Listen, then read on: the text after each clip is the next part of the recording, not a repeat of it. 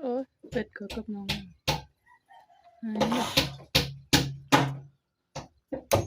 เรียกป้าปล่อยลงนะ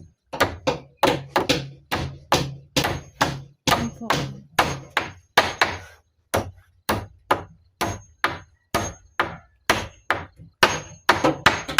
ยังหวานตัวยัง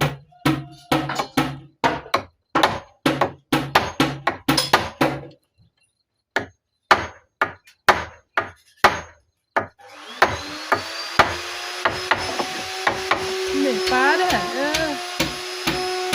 มีปลาจะเบิ่งเพื่อนปลาเด้อเด้ แต่เก่าเนาะ เด้ฮะ เก้าโอ้ยนอน ก็อีหยัง เก้าเปียกทั้งที่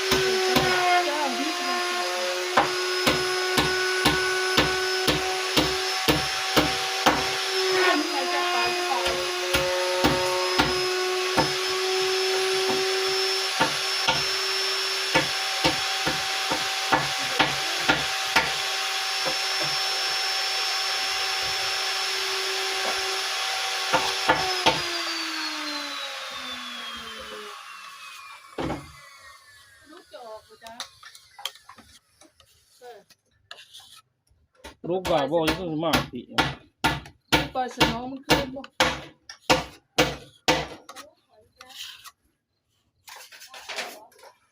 ป้า